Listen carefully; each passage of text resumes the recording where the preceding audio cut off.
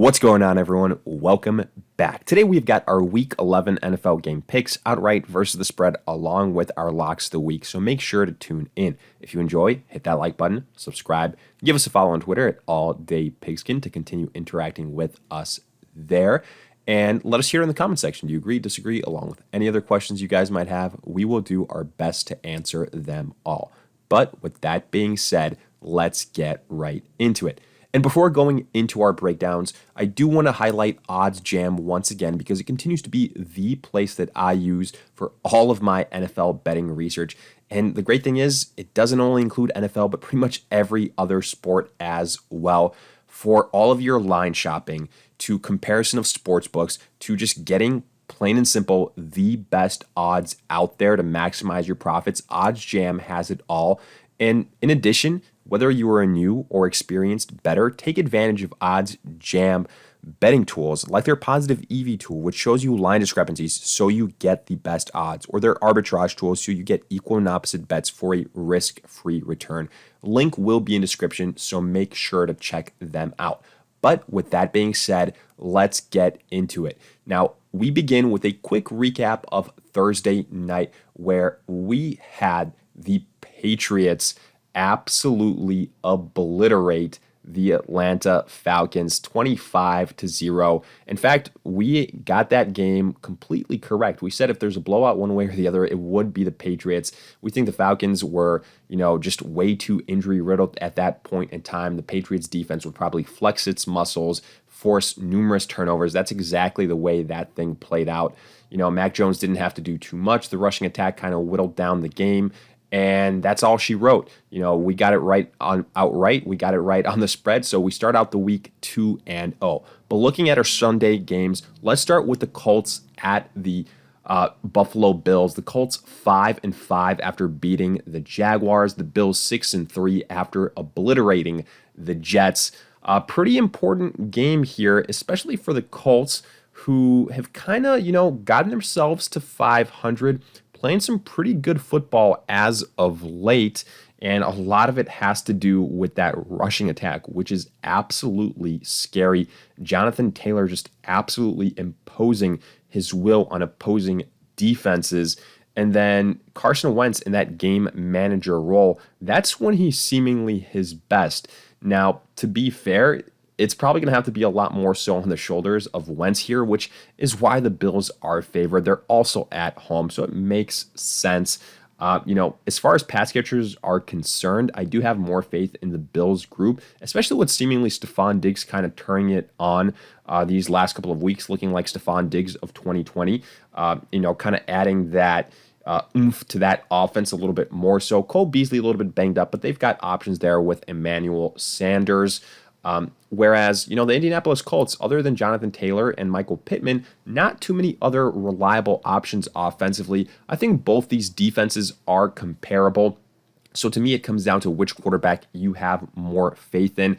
Right now, personally, to me, that's Josh Allen. I think he's been more consistent, throughout the majority of the season. So I do like the Bills here. Also, being at home.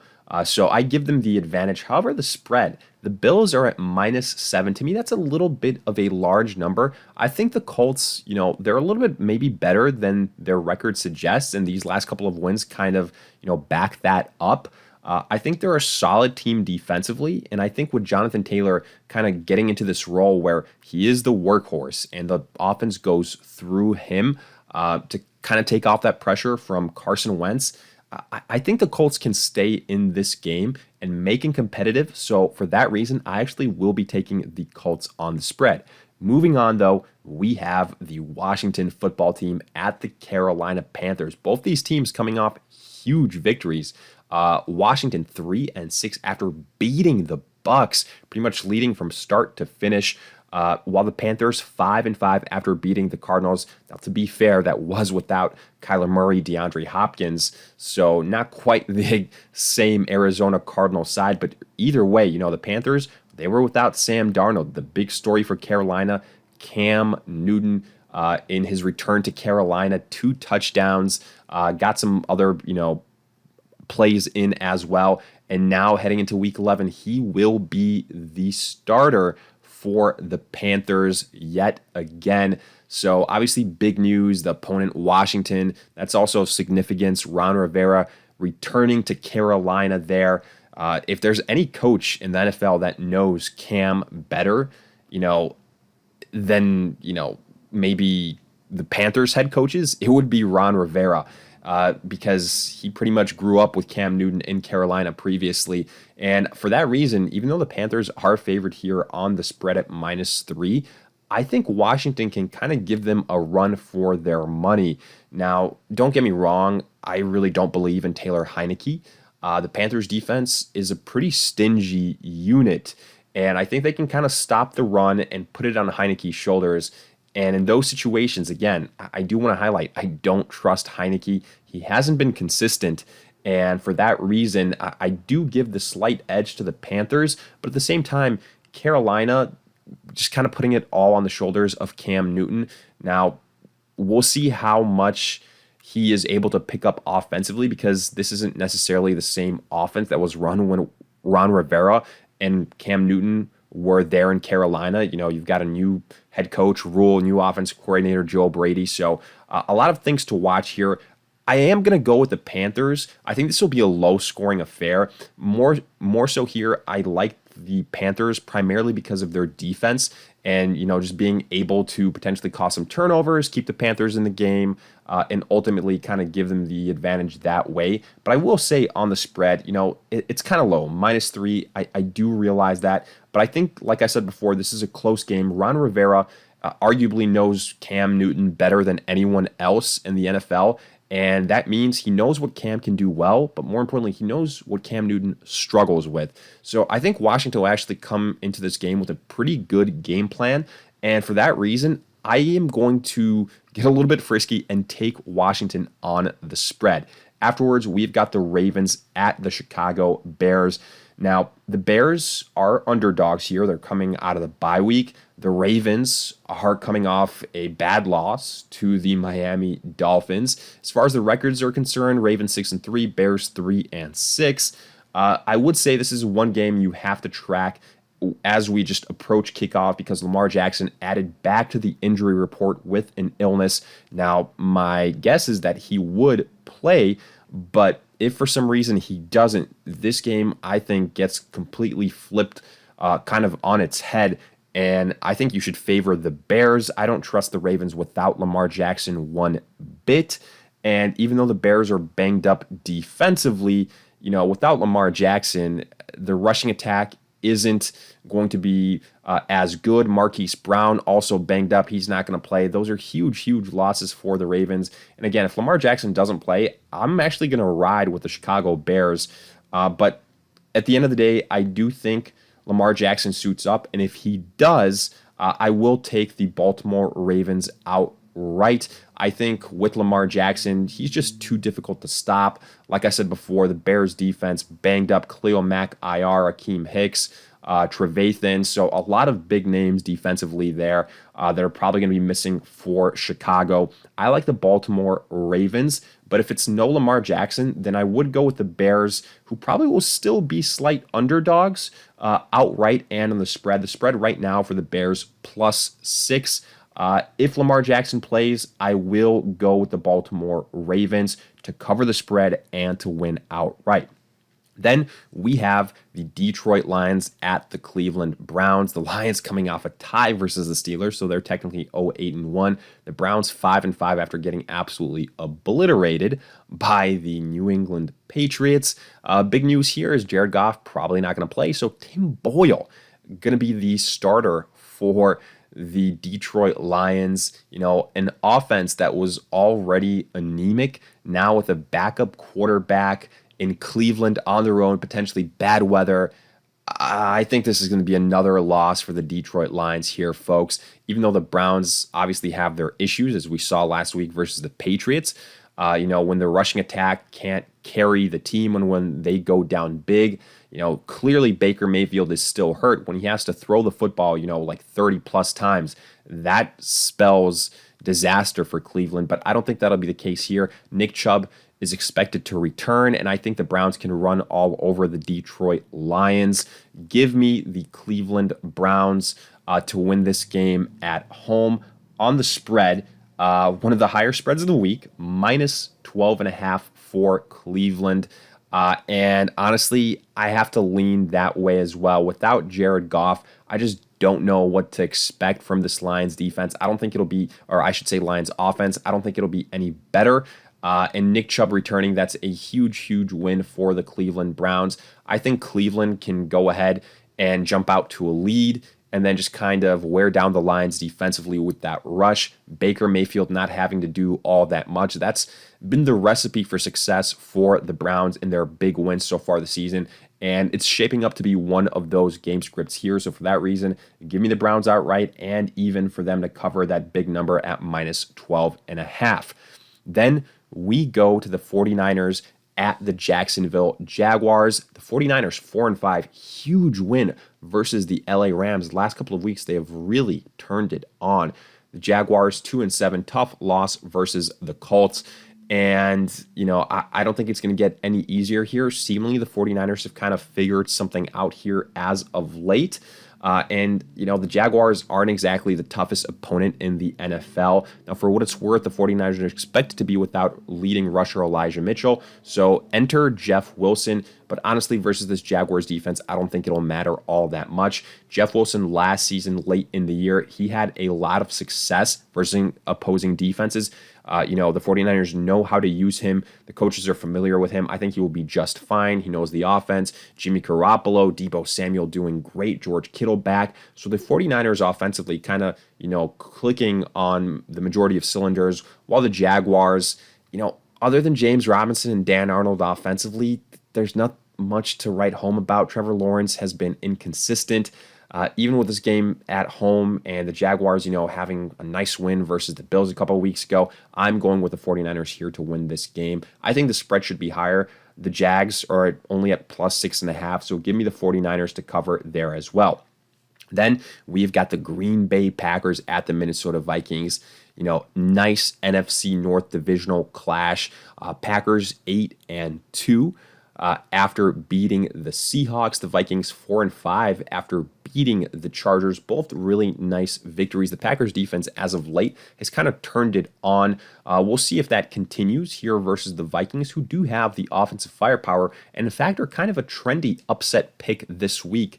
But this game is pretty much a pick 'em on the spread. Minnesota's +1.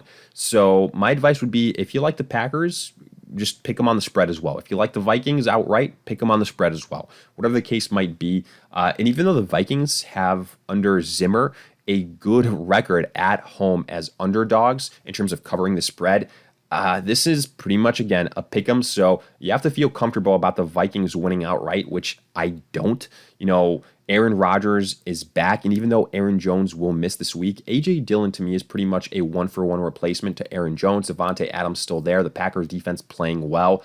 I could see this, don't get me wrong, being a back-and-forth game, being decided by like 2-3 points.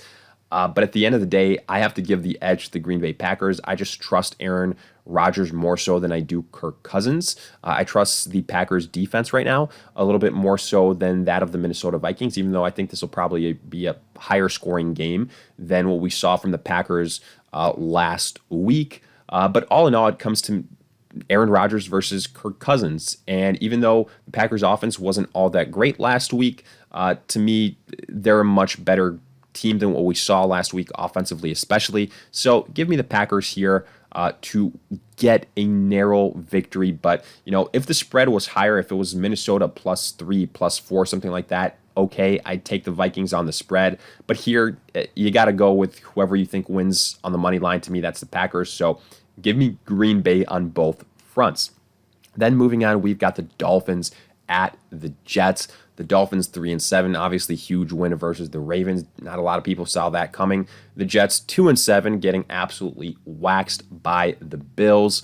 And Joe Flacco is going to be starting in this game. I actually think offensively, that maybe helps the Jets a little bit. A veteran quarterback that does know the system. People do forget that.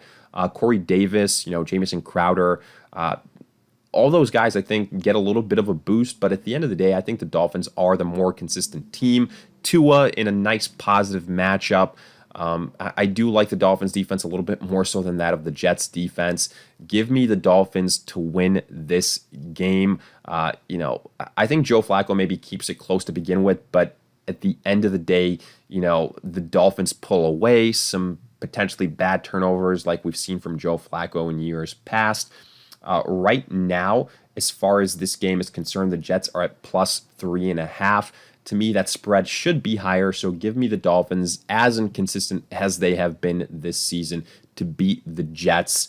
If there's any team that I think the Dolphins can have success against, it'd be the likes of the Jets. So I like the Dolphins outright and on the spread. Then we go to the New Orleans Saints at the Philadelphia Eagles. The Saints 5-4, tough loss versus the Titans last week. The Eagles 4-6, nice win versus the Denver Broncos. And here, to an extent, we've got strength versus strength. The Saints rush defense versus the Eagles rushing attack.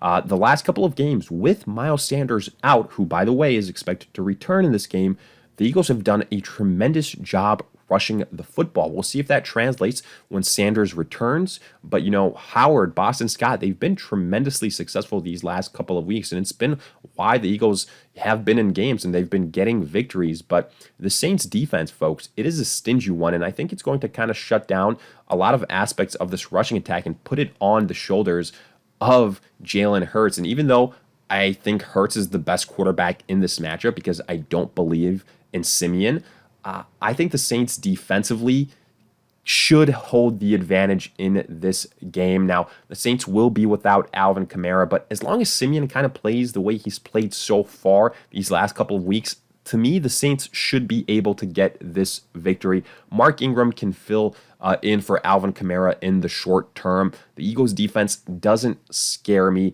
I'm going to go with the New Orleans Saints here in what would actually be considered an upset. The Saints are +2.5 on the spread, so the Eagles favored there. I'm going to go with the Saints outright and on the spread here. I think, when you take away the rushing ability of the Eagles, I just don't trust Jalen Hurts enough with what he can do as a passer, so give me the New Orleans Saints to win this game on the road. Then we go to the Houston Texans at the Tennessee Titans. The Houston Texans, they're not the best team in football right now. They're 1-8, kind of struggling on all aspects. But hey, Tyrod Taylor, he's back. It's not Mills anymore. While the Titans 8-2 continue to get victories without Derrick Henry, which is huge for them here. And honestly, I would say even if they didn't have any of their running backs, they should be favored in this game versus the Texans. The Texans aren't all that imposing of a team. Now, yes, this is a divisional game. There's something to be said about that. But I think the Titans, they can have their way with this Texans defense. I expect a lot of success from Foreman, potentially from Adrian Peterson here, and from Ryan Tannehill to be able to have some success as well. Titans have been playing really good football as of late. Defensively, I think they can actually have some success as well. I like them outright on the spread. Not quite as confident. -10 is Tennessee. And again, it's a divisional game, so you never know. I do try and factor that into the equation.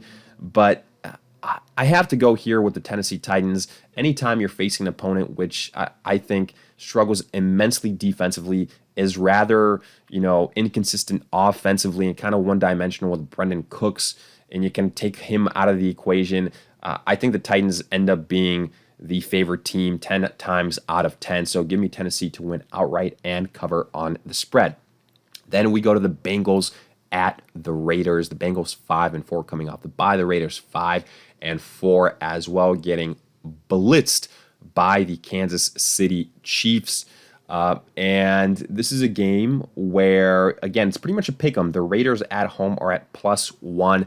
But I got to go with the Cincinnati Bengals coming off the bye week. They've had some extra time to prepare here. Josh Jacobs not 100% for the Raiders.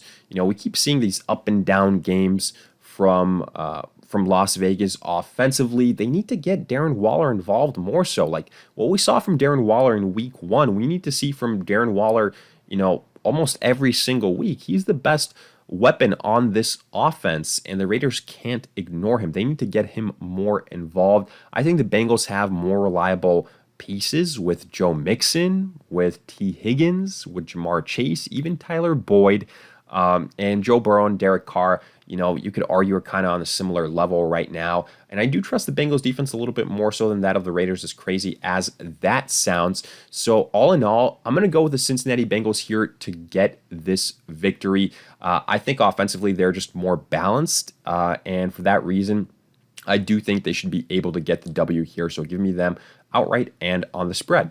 Next up, we have got the Arizona Cardinals at the Seattle Seahawks. Classic NFC West showdown. The Cardinals 8-2 after losing to the Panthers last week, while the Seahawks 3-6 after losing to the Packers, getting shut out.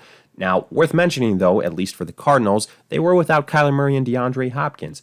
DeAndre Hopkins will be out yet again, but Kyler Murray expected to return. That is obviously a huge, huge boost for this offense. But I've said it before and I'll say it again. You throw out the record with these NFC West divisional clashes. It's held true in years prior. It's held true this year. And even though the Seahawks don't have a good record at 3-6, and keep in mind a large portion of that is because Russell Wilson had been injured. He's back, and yes, offensively they struggled last week. In fact, got shut out versus the Packers. I think that was more so of an aberration. I think the Seahawks can get it going here. Yes, they will be without Chris Carson the remainder of the season, but Russell Wilson back. I think that that rushing attack can still have some success as Wilson keeps opposing defenses honest with what he can do with his arm. And I actually think that this is a game where you go with the underdog. Again, you throw out the record. Kyler Murray, he's been banged up these last couple of weeks. I think he is probably less than 100%. Offense can be without DeAndre Hopkins. And even though the Seahawks defense isn't anything special, I'm going to go with Russell Wilson to get the victory here. This offense for Seattle to bounce back. This game is in Seattle. Nice home field advantage for the Seahawks there. Give me Seattle to get the upset. To be fair, on the spread, they're only at +1.5, so it's pretty close to pick them either way. So for that reason, Seattle outright and on the spread. Then we go to the Dallas Cowboys versus the Kansas City Chiefs, arguably the marquee matchup of Week 11. On paper, should be pretty high scoring. The Cowboys 7-2, coming off an absolute obliteration of the Atlanta Falcons, while the Chiefs 6-4 pretty much did the same to the Raiders last week. But the question is, what version of the Chiefs are we going to get? Is it going to be what we saw versus the Raiders, or is it going to be what we saw the last couple of weeks before that, and the majority of the season, in fact? And what I mean by that is a team offensively that, has some unexpected turnovers, defensively that they just can't get the job done at all. And that's kind of been the issues the Chiefs have faced, along with not being able to protect Patrick Mahomes, whereas the Dallas Cowboys, the offensive line has been great. Dak Prescott has all the weapons in the world, and defensively, it's a very opportune team, especially in the secondary. And worth mentioning, Amari Cooper will not be playing here, but the Cowboys still have CeeDee Lamb, Michael Gallup, Ezekiel Elliott. They've got options at tight end as well. I actually like the Dallas Cowboys to win this game. The Chiefs are favored. It's in Kansas City at -2.5, but I think the Cowboys have just been a lot more consistent. I'm going to go with the offensive line advantage that the Cowboys have. I'm going to go with the rushing advantage that they have. Clyde Edwards-Helaire might or might not come back in this game. To me, it doesn't really matter all that much. It's going to come down to Patrick Mahomes versus Dak Prescott, but this isn't the Chiefs of old. And for that reason, I'm going to give the Cowboys the advantage here. Next up, we've got the Pittsburgh Steelers at the LA Chargers. The Steelers 5-3-1 after tying with the Lions, while the Chargers 5-4 after losing to the Vikings. And this is a game that I think will actually be pretty close, pretty interesting, whereas the spread doesn't necessarily reflect that. The Steelers are missing a decent amount of defensive pieces. I will say that for sure. So I think the Chargers can have some success here, but the Chargers offensively, and especially Justin Herbert, have kind of been up and down, kind of inconsistent, which is a little bit worrisome. I think we're going to see a big kind of focus on the rushing attack from both sides. The Chargers' rush defense, not all that great. Najee Harris should be heavily utilized. The Steelers just got absolutely routed in the rushing department versus the Detroit Lions. So I think the Chargers, with that really good offensive line, can have success in that department. But all in all, I think with Big Ben back, that's obviously the big win for the Steelers. They were without him. They had to play Mason Rudolph last week, and Mason Rudolph is not good. So automatically the Steelers' offense is going to be much better. I actually think this will be a classic, close, back and forth game. The spread, the Chargers are at -5. To me, that's a huge, huge number. Even though I do like the Chargers to win this game, just because, probably catching the Steelers at a good time with all these defensive injuries. I think that the Steelers can absolutely cover the spread. And honestly, at the end of the day, wouldn't be all that shocked if they get the victory either. And then finally, we have got the New York Giants at the Tampa Bay Buccaneers. The Giants 3-6, the Bucs 6-3. The Bucs coming off kind of an inexplicable loss versus the Washington football team. The Giants coming back from the bye. Hey, Saquon Barkley potentially making that return. We'll see what happens there. But the Giants are just so banged up. And the Bucs riding a 2-game losing streak, even though, Tom Brady has struggled versus the Giants in years prior, I don't think that the Bucs are going to lose yet again. Yes, Tampa Bay will be without Antonio Brown, but that's been the case for a while now. And I think Mike Evans and Godwin are good enough to have success. Rob Gronkowski is going to play, Leonard Fournette. I expect a bounce back performance from this entire offense. And I think defensively they can get after the Giants, who are just all types of banged up. Okay, they get one person back offensively, but then they lose 2 others. So it's like 1 step backward, 2 steps, or 1 step forward, 2 steps backward. So with that being the case, I think this is going to be a game where the Bucs kind of get it right and remind us that they are a legitimate team and one that should be feared. Give me the Tampa Bay Bucs to win this game outright on the spread. Tampa Bay, that's where it gets a little bit harder. They are at -10.5. But I'm going to go with them here in a get-right game to potentially blow out the New York Giants and to cover that number. But with that, we wrap up our pick'ems. Now looking at our locks of the week.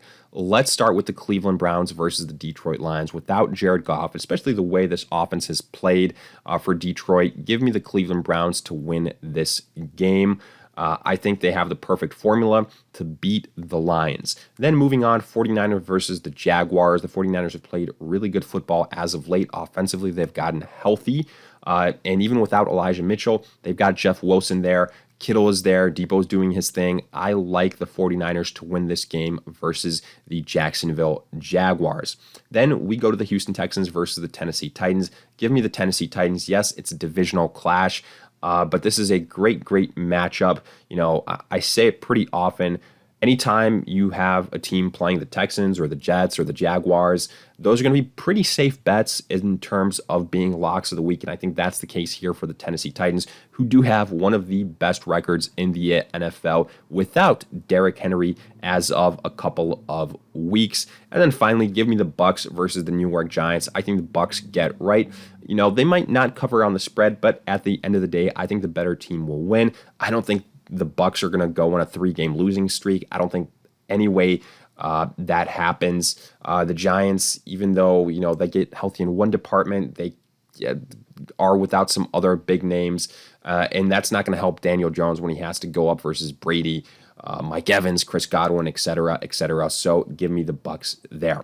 But with that, we wrap up our Week 11 NFL game picks outright versus the spread, along with our locks of the week. And as always, let us hear it in the comment section. Did you agree, disagree, along with any other questions you guys might have? We will do our best to answer them all. If you enjoyed, hit that like button, subscribe, give us a follow on Twitter at AllDayPigskin to continue interacting with us there. And in the meantime, we'll see you guys in future videos.